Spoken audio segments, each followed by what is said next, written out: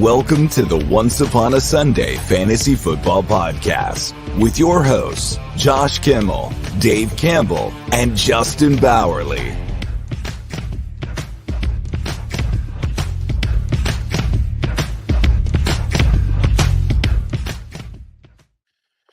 Welcome to Once Upon a Sunday Fantasy Football Podcast. This is your host, Josh. We are coming to you live on this beautiful Wednesday afternoon. We got a showdown of players today, a bunch of great topics, a bunch of great players to discuss. But first, I got to introduce my co-host, Mr. I don't know what to call him today. Very go vote today, like Justin. Like voting's important. Make sure you vote for the right one. Early voting is out right now. It looks like you're a Joey Bosa fan. I'm not sure. I can't tell. But you just Thanos me. Did you see that? I did that on purpose from Indiana. Seriously though, you look good. Your new gimmick is pretty cool. Like I'm just suit guy. I'm just Cody Rhodes mixed with one of us has to take the show professionally. Sure. Seriously, sure, that's the word I was looking for. Yeah, seriously. But seriously though, go vote. It's awesome to be back. Go vote. Well, sure, your vote. If you vote, go vote. But anyway, that was awkward.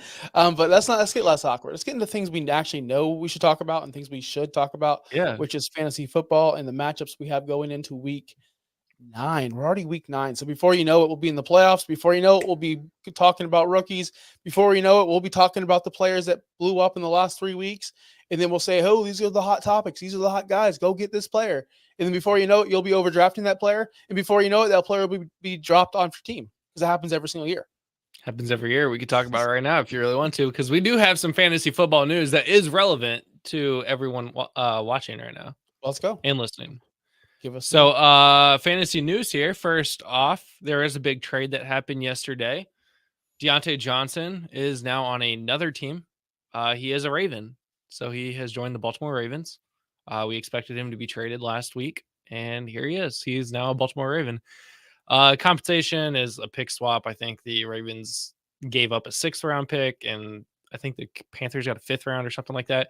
But there is a chance. I was listening to this morning that if Deontay Johnson does not return to the Ravens after this year, because it is a contract year, the Ravens' compensatory pick is actually going to be higher than the pick that they gave the Panthers. Sure. So that it's a win-win for the Ravens, whether he does well or he leaves. So, but we just care about fantasy, and at least I just care. But that is fantasy relevant. Deontay Johnson is supposed to be a good wide receiver. He should be on people's rosters. He should not be on the waiver wire. So it's fantasy relevant. Another fantasy relevant story: Joe Flacco will start for the Indianapolis Colts. Moving forward for the as of 10 minutes ago, they finally officially said no. This is for the rest of the season. So. This means good things for Josh Downs, Michael Pittman, Mo Cox. I put some stats out there earlier today that the 2 games that Joe Flacco started in, Mo Cox scored a combined 20 points in those 2 weeks, and he scored combined 3 points for the rest of the season. So, gotcha. Yeah. You told me you put a ban on you acted like. I just asked not to talk about it. You put a ban on him. You said we cannot talk about Anthony Richardson, and I said he's not fantasy relevant. But this was a fantasy relevant news story because now the wide receivers for the Indianapolis Colts supposedly should be better. So I am curious to hear Derek's take on this. Our fantasy show, our dynasty show. What does this mean for Anthony Richardson in the future? Is he about to get Josh Rosen? There's a lot. This is dynasty take, right? I know we're a redraft show primarily, but man, this is huge for everyone that invested a 1st round pick in this guy or traded for him 2 firsts or whatever it may be, just for him to be the worst quarterback of all time. Yeah. Anyway, you were supposed to do the but I guess we don't do that. There he is. And before we get into the whole showdowns, make sure you follow us on Twitter at Justin Bowerly, at Josh Kimmel OUS. I will be guest hosting on Greg Kellogg's show Thursday night, so make sure you follow me over there as well. I already guess who one of my guests is? Our old pal Rick. Remember Rick? He's going to be on that show as well. Yeah, he's going to be on that show as well. So I get to talk to him for the first time in a while. So I can't wait for that. And excuse me for my lighting. I'm using natural lighting today. And the clouds just are coming and going, people. It's a rainy day here in Tampa Bay.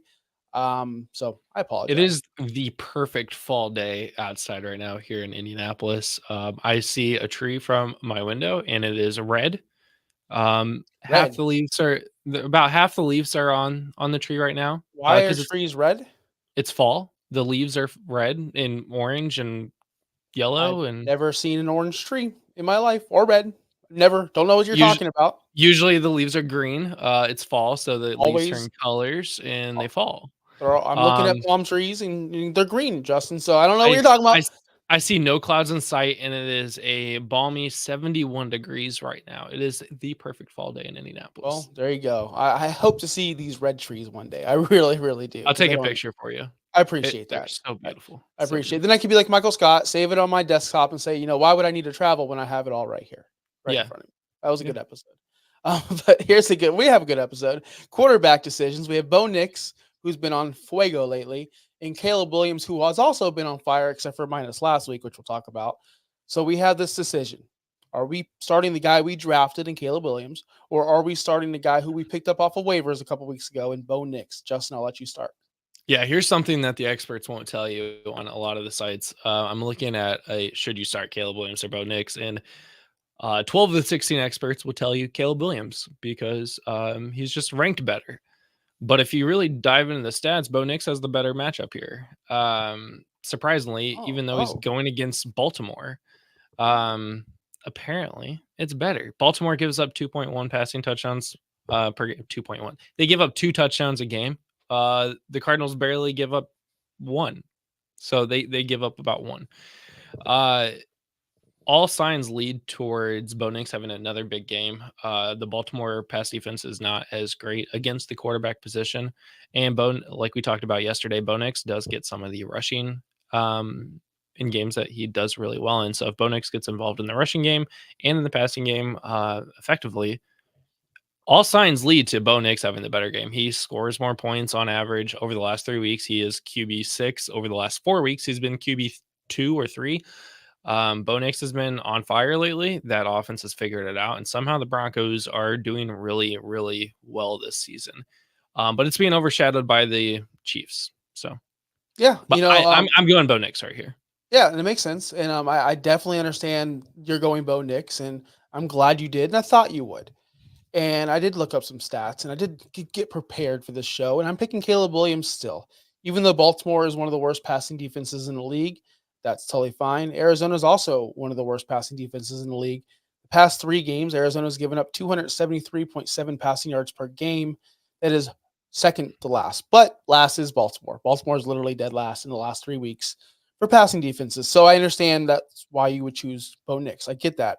Arizona's not sacking the quarterback. They're not getting to the quarterback at all. They're not top. I would say they're bottom 5 in sacks on team defense with only 15 sacks this season. Pretty bad. The New York for scale, New York Giants are first with 35. So they're about 20 off of that stat right there. So that gives me, the biggest problem with Caleb Williams is when he plays a team that can get to the quarterback, that can pressure him, he doesn't know what to do. Give this guy time. We've seen it time after time. He shreds bad, poor defenses. He has the weapons to do it. He has more weapons than Bo Nix. You talk about rushing. He rushes the ball as well. He averages 43.6 rushing yards per game in the last 3 weeks. So Caleb can get out of the pocket and make some plays on the ground. 4.43 yards a game rushing. Put in that perspective of touchdowns, that's 1 touchdown per game added because of his rushing stat with that 4 baseline. The Bears are a top 10 in passing attempts in the season. They do like to throw the ball a ton. Like I said, they have Keenan Allen, the corpse of Rome Odunze. Good luck with that guy, by the way. I'm trashing him when I'm trying to bump him up, but I can't help it. And DJ Moore, of course. They have and Cole Kmet. Like they have an all-star cast, and don't forget DeAndre Swift. Can't say that about Bo Nix. Bo Nix has been doing it on a fluke, in my opinion. I do think he's a decent quarterback, but how long can it continue? Will the bright lights really disturb him when he goes against Lamar this week? That's a big task. Who have they played in the past 3 weeks? That's what I want to know. It wasn't Lamar. Can Yeah, you but Bo Nix also isn't going against Lamar. Yeah. He's going against the Ravens defense, who has not been But, doing well against the quarterback position. when you watch ESPN, it's always this guy versus this guy. I understand that. I'm just trying to be big national. You're wearing the suit Over the tie. I wanna last be 4 weeks, they've played against Las Vegas. Okay, it's Las Vegas. trash. The Chargers, who their defense is okay. New Orleans, who has a pretty good defense. That was actually his worst game over the last 4 weeks with only 14 points, and then Carolina. So not really anybody. Again, And no, Baltimore's and not the big stage. You know what I mean? Like Baltimore's a big game. None of those yeah, games were big games. That's what yeah, I meant no, by you're right. that. So let's see what happens when he plays a big game. Let's see what happens when he plays a game that matters. Now that they're on this little winning streak and they're winning football games and they're looking better, let's see how the pressure adds to Bo. Let's see if it makes him better or makes him worse. Let's not forget his only supporting cast is Cortland Sutton. And people are going out there picking Troy Franklin up, hoping he gets 5 catches for 50 yards. It's not looking good over there. Bo Nix has been a lot better than what we expected, and I think that's what people are latching onto right now. But I don't see it lasting. Caleb Williams is the 101 or was the 101 for a reason. I'm not quitting Caleb unless he just starts putting up goose eggs, which he hasn't been doing. He started out crap. Now he's been really, really solid, minus last week. Last week was not good. But he played Washington last week, and Washington shutting everyone down. Yeah, Washington shutting that wasn't literally a everyone good down. game until the final 5 minutes of the game. So if you watched that game at all, it was field goals all the way until the very end. So, but yeah, he didn't have a great game against Washington. That's clear. But yeah, he's had good games against Jacksonville, Carolina, Don't bring my Indianapolis. Don't bring my. You said the Colts were So good. You said the Colts were good. Last week on the show, not week 3. Not week 3. They weren't. last week on this show, you're like, I they're shutting didn't down say Stroud. They're so good I on the passing defense. I didn't say Give in me week 3 they more. were good. I didn't say in week 3 They they got were good. Bob Sanders back out there. That's what you were saying. Yeah. It's Yeah, just- I don't- that's exactly what I said. Again, that was not week 3. So I- those were his best 3 games. The other games he put up 11.5 against the Rams, and then he hasn't put up 10 points. So yeah, this one's going to be interesting. And it's going to be close. That's all I'm saying. So I could see it go either way, but I'm planting my flag with Caleb Williams. yeah, speaking of Caleb Williams, traded DJ Moore for Malik Neighbors in PPR. Win or loss? I think that's a win. I'm fading away, but I don't know, man. Yeah, it's just that I immediate thought was, yeah, that's definitely a win. But then I'm like, he did score 14 points last week. So I was having this conversation with one of my buddies before the show, actually, about Malik Neighbors. Not that Malik Neighbors is bad, so don't take this out of context. Don't clip this. Don't give us a dislike because of what I'm about to say. But Neighbors came out hot, and people were like, "This is the best rookie of all time! Oh my god!" And all of a sudden he got hurt, and then he's been cooled off ever since. 14 points, that's not great for Malik Neighbors from what we expected. Marvin Harrison, on the other hand, started out slow, and now is heating up. But people are still labeling, "Oh, we can't start Harrison. He's a bust, whatever, yada, yada, yada." But then Brian Thomas over there in Jacksonville is doing better than all 3. And no one's really talking about him as being the best rookie. All I'm saying is temper your expectations. Understand, the ebbs and flows of fantasy football. Malik Neighbors did start out hot, and he has cooled off. But people are still going to ride this hot hand of he's the best rookie, blah, blah, blah, blah. I get it. He's awesome. He's great. Let's not forget he still plays for the New York Giants and Daniel Jones. I need to see more of a sample size before I crown him. That's all I'm saying. But I would prefer Neighbors over DJ Moore. I would too. That's all I'm saying. But I had to get off my chest. I apologize. Yeah, Neighbors has Wan'Dale Robinson is 4th in targets, but Neighbors is 2nd in targets. And he missed 2 games, so he's wide receiver 12 right now, missing great. 2 games. So he's been good. Hi there. Has wide receiver issue head start 4, but has Debo and George Pickens on bye. So I whacked Pickens for Shakir. I hope love and keep Debo on bench. I don't know what we're saying. I think he cut Pickens because he was on bye. He's on bye for Shakir, and I hope love. Man, keep Debo. Rewrite your. No, I think I got it. I think I got it. So Debo's on his bench. He's keeping Debo on his bench. He cut Pickens for Shakir. And he just wants to make sure he made the right move by moving Pickens. Listen, I would have kept Pickens around because last week he had 2 touchdowns taken away. He's still an elite player. But if you need to win, I get it. If you need to win now, I 100% get it. But Shakir, at this moment in time, is he the wide receiver 3 there? Because Cooper's there. Because obviously Coleman's getting a bump up in targets and playing time. And then you still have Kincaid being out there. I don't know if Shakir was the right move for you, but it's a bold move. And if it works out, man, that's a story. If it works out. Shakir had 7 targets He did. in this game against Tennessee when Cooper came. He had 10 targets last week, so he did Yep. get a bump up in Yep. production. He did lose snap percentage, but he's doing more with his targets now. So we'll see. I mean, Shakir's been pretty good all season. I don't think they're going to just fade him out of the system at all. I think that Nope. entire front office likes him and are going to play toward him. I mean, they walked in the season saying Khalil Shakir is our wide receiver 1 on the team, and he's been proving that. And hey, they're playing Miami this week. Start them all. Start them all, baby, because Miami sucks. Start them all.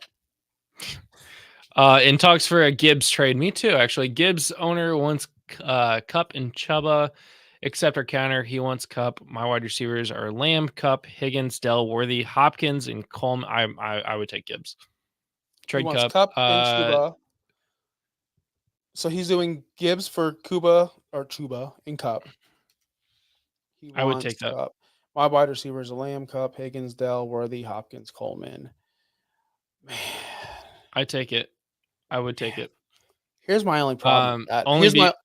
I'm saying this because I don't think Hubbard is going to be the starting running back for the Panthers all season. I think Jonathan Brooks is going to be coming back very soon and taking. Yeah, we've been saying that for weeks. Yeah, but he's also coming off an ACL injury, so and that's even more reasons to bring him in slow. Listen, I don't have as much confidence. It's week 9, and we've been saying Brooks is ready to come back for about 3-4 weeks now. And but what happens when he comes back week 12 slowly, and then he slowly gets more in 13 and 14? Then you get to the playoffs, and now you're screwed because Hubbard's getting you absolutely nothing when Gibbs is scoring 20 points a game. No. I understand that. But what's to make you think that they're going to run Jonathan Brooks into the ground right away when they are a losing franchise? They have 2 wins going into week 14 or 13. Why would they even give him a full workload when you have Chuba there? That's my concern. Is he's going to come back too late? They're already one of the worst teams of all time. What makes you think they're going to get their investment more banged up this season? It makes no sense to me to bring him back and give him 20 carries a game. To me, it makes no sense. But Gibbs is so elite, but you have Monty there. See, that's the problem. Monty's like when Gibbs scores a touchdown, I'm no longer going, yes, I'm going, man, he's vultured Montgomery. Like, why is he vulturing Montgomery? I'm to that point. Gibbs has still never seen a game under 12 points. I love Gibbs. I'm just saying Kupp is pretty damn good. I mean, Kupp is like one of the most elite receivers in the league, whether you like him or not. I know you're against him. I know you're down on Kupp, but Kupp is still one of the most elite wide receivers in the league. But seeing your team, your makeup, I see you're leaving yourself with Higgins, who's hit or miss. Is he going to play? Is he not going to play? Tank Dell, that's great. Now the Diggs is gone. Worthy, so you have a lot of question marks at your wide receiver position. That's all. You have Worthy and Hopkins. Whatever. Coleman apparently is a guy now, but it's close. I think I would still. Running backs are so hard to find, and when you can find a running back that's scoring a consistent 16 plus points, like 16 is his floor, it seems like he does need it because okay, take Gibbs. I'm okay with it. Take Gibbs. That's fine. It's a non-PPR league. Non-PPR. So that makes I read that afterwards, and that makes me more down on Kupp. Okay, take Gibbs. Yeah. Next one, running backs. Well, I gotta ask. Griff has an easy one. Should I? No, not that one. Should I drop Likely for Tracy Jr.? Oh, that one. Yes. Likely should have been dropped week 3. Unfortunately. Yeah. Yes. Tyrone Tracy has been killing it since week 5. So, yeah, Likely is just another terrible tight end that we thought was going to be something. So he's easily droppable. All right, next guys on our list, we have a running.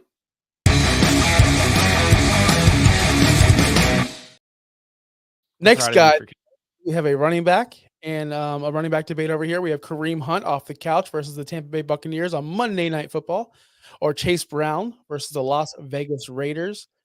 You went first last time, so I'm also going to go first this time. And this one's a slam dunk, easy peasy, lemon squeezy. We could wham bam, thank you, ma'am, and move on to the next if you want, because it's Kareem Hunt, and it's not even close.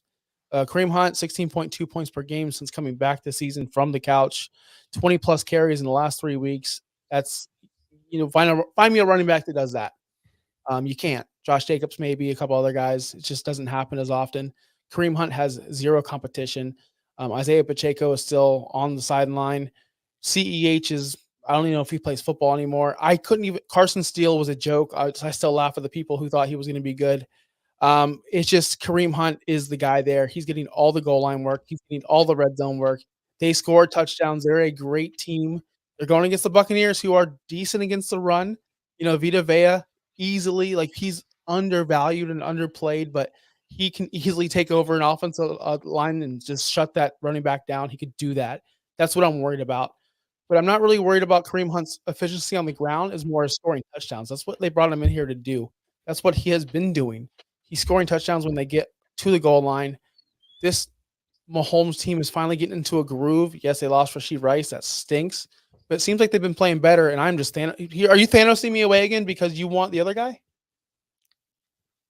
You are. I don't know. To me, it's just simple to me. Go with Kareem Hunt. Go with the better offense. Go with the team that's going to score more points overall, and that's the Chiefs.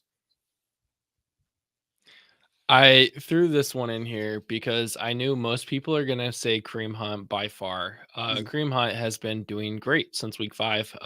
Honestly, since week 4 when he came in, 10.5 points, 18.7, 22.3, 13.3. He is the clear. Like, I don't even know when Pacheco comes back. I don't think Hunt goes away. I think this now becomes a Gibbs-Monty situation where we now have 2 running backs can run the ball however we want them to run the ball. And that is great from that standpoint. But they are playing Tampa Bay on Monday Night Football. That could be a lighted up game where maybe we actually see Patrick Mahomes become Patrick Mahomes and have to throw the ball a lot.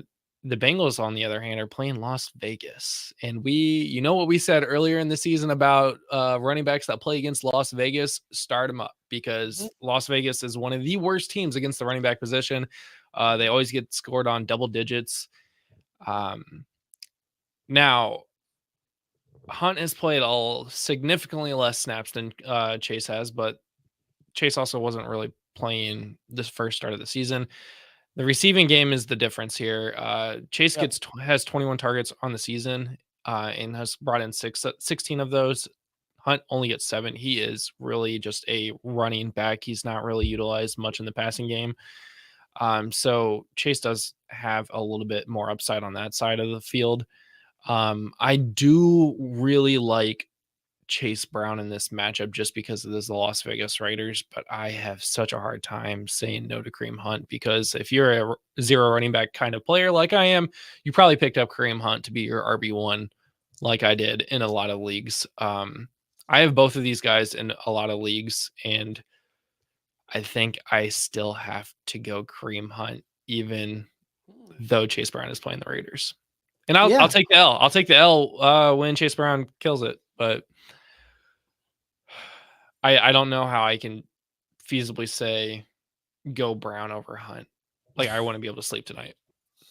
No, I'm in the same. Isn't that crazy? 2023, we're still telling you to start Kareem Hunt on the Kansas City Chiefs. Exactly. This is crazy. So it's 2024, by the way. Is it? Oh, dude, whatever. I don't even know what day it is half the time. But I do know this. Start Kareem Hunt on Monday Night Football. Plus, it's more fun to watch your guys on prime time, right? I'm a sucker for primetime players.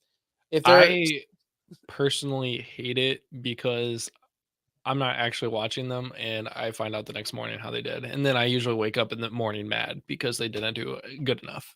I'm always a guy who's like, all right, like, no matter what, I can get them back on Monday night, and I want that option. So if it's either like I won the game, don't need Kareem Hunt, cool, or man, I need Kareem Hunt, let's go, I need 12 points. So that's what I do. That's baked into all my decisions, people. I know it's not professional. Let's answer Tony's question in the chat. My wide receiver core right now is CeeDee Lamb, Puka, DK, McLaurin, Xavier Worthy, Cedric Tillman, and Jamison Williams. Go ahead and drop him. In a 3 wide receiver plus. I want to find something for getting another running back. Josh Downs is still on ad drop.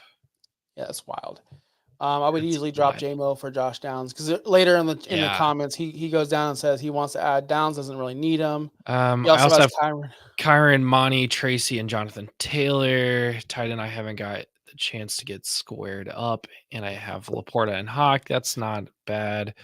We wrote a novel here. I'm the top team in the league by 100 points, but I always want to improve, as you should. I want to pick up Josh Downs because I'm a good player merchant, but I really don't need him at all. But it's good to have the best players on your team. What kind of players should I target in trading? I might overpay to upgrade a tight end. I mean, do you need to? I mean, yeah, Laporta is very touchdown dependent. He finally scored a touchdown this season last week. Hawkinson is, Dude, we hope to be Hawkinson still. Hawkinson is like getting a trade acquisition, but you're just not because he's on your team already. I think you're fine. I really don't think you should be targeting anyone. You're set. You're set. I don't know your bench, and I don't know your lineup. I don't know if it's super flex league. I see. Oh, it says 3 wide receiver and plus flex. So Yeah, I'm assuming 2 running backs as well with Kyron and Taylor and Tracy and Monty. This has to be a 14-team league, and no disrespect if it is, but you're freaking awesome. You're freaking set, bro. Like you don't need to worry about you literally don't need to worry about anything. If you wanted to, Jameson for Josh Downs. That's my only suggestion. I'd make that drop easily. And if you wanted to, like if you really wanted to upgrade 10-team, if you really wanted to upgrade a tight end position, you wanted to target McBride or Brock Bowers, which are the top 2 guys in my opinion, I would throw in Laporta and like Worthy and see if they're interested. If they're not interested, then I would move up to McLaurin. That's just me because you only need to start 3 receivers at CD, Puka, and DK. You're fine. And you're about to add Downs. Yeah, and McLaurin actually has been a wide receiver 2 over the last 3 weeks. Well, that's what I'm saying. So. Yes, and throw him in there as in like, hey, look how awesome he is. Yeah, he's been killing it the last couple of weeks. So if you, I think McLaurin is an easy trade target, and maybe get Tillman on to the guy who has Jameis Winston, and be like, hey, you can pair him up, like 10-team league, 1 quarterback. It might not have anyone starting Jameis Winston. Yeah, highly doubt it. Yeah. All right, our next decision we have another. We just talked about Josh Downs.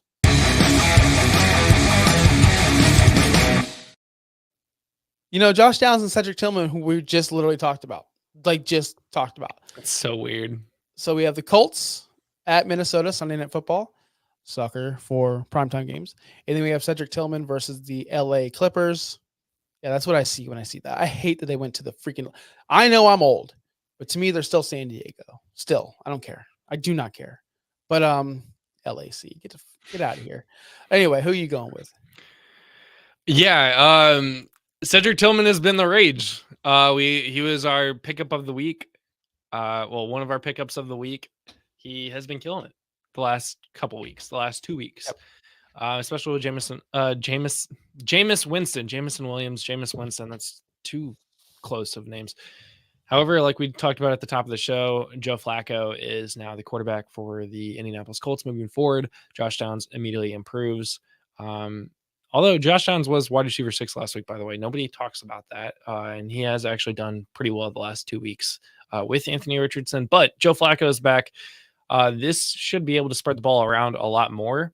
The thing I am concerned about with Josh Downs is he is more of a deeper threat guy, and Flacco doesn't really throw the deep ball. This is going to be a lot of Michael Pittman, I believe. But Josh Downs does get utilization in the red zone. I think this could be a sneaky Josh Downs might lead the entire game in fantasy points in a game that has Justin Jefferson. I'm going to lean towards Josh Downs this week. I am also leaning towards Josh Downs. I know it's boring for everyone out there. I just, fool me. I'm not going to be fooled by Cedric Tillman. Not that he's a bad player. Not that he might not be the next big thing. But I'm sorry, man. Not that I never heard of you. He might have hit his ceiling. We've talked about so many guys on this show where it's like, oh my God, they've been great the last 2 weeks, and then they fall off. Trey Tucker is a great example of, wow, he did really good, and then they lost Devontae Adams. He should do better, and then he hasn't done anything since. Yeah, and same thing could be said for Jameson Williams, who we talked about 5 minutes ago. These players, they come and go, and they fall off, and they come back, and they're yo-yo players, and it happens more than you guys think. And then what happens is you jump on it, and you're like, yeah, this guy's great. He had 12 targets in week 7. He had 9 targets in week 8. Okay, well, he had 5 total from week 1 to 6. What happened then? Even in week 6 or week 7, he had 81% snap share, which is great. You want to see that. But again, he had 2 touchdowns last week, guys. Like, he had 7 catches, 2 touchdowns, and 99 yards. We're expecting a big uptick with Jameis Winston there? I get it. But at the end of the day, are you really going to put all your cards on the table for a guy who you've seen do it maybe once or twice? Josh Downs, you could say the same thing. But the thing with Josh Downs is he's been involved all season. We expected this. He was a sleeper or a person that we thought was going to break out this year. He had the projection of, yes, he's going to be good, and everyone was drafting him. Nobody was drafting Cedric Tillman. Nobody believed in him. And all of a sudden he has 2 blow-up games in a row, and boom, yes, we have to go get him. We've done this with Likely. We've done this with JMO. We've done this with, like you said before, I forgot the player's name, Trey Tucker. It just doesn't happen where these players randomly break out and they all just stay. You have to be very special, right? Puka did it last year. It was awesome. I just don't see this happening with Tillman back to back weeks. I don't see it. I'm going Josh Downs. More consistent player. He's going to get more playing time. Remember, they still have Elijah Moore over there in Cleveland. They still have Jerry Jeudy over there in Cleveland and David Njoku. So at best, Cedric Tillman's, you're looking at target number 4, whereas Josh Downs is probably target number 2 with Joe Flacco against the Minnesota Vikings, where they're going to be putting up points. The Browns can easily be, which all their games have been with the Chargers, the Clippers, if whatever you want to call them, field goal games. Good defense, kicking field goals. It's like literally every game they play is a high school game. I'm not confident that Jameis Winston's going to come out and throw 3 touchdowns. Maybe he may get held. Maybe this is the Jameis Winston, should he be the starter game?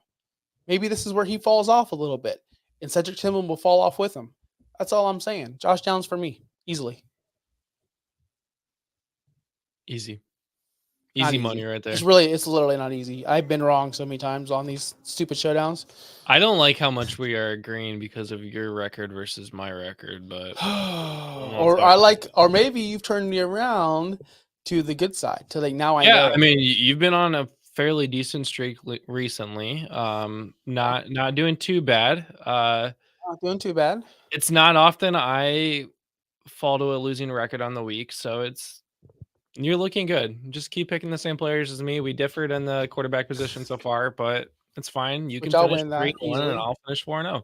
Yeah. All right. You want to move on to the next one? Yeah, we'll move on.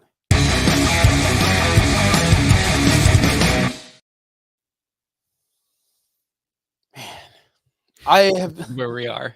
I still haven't decided who I'm starting, to be honest with you.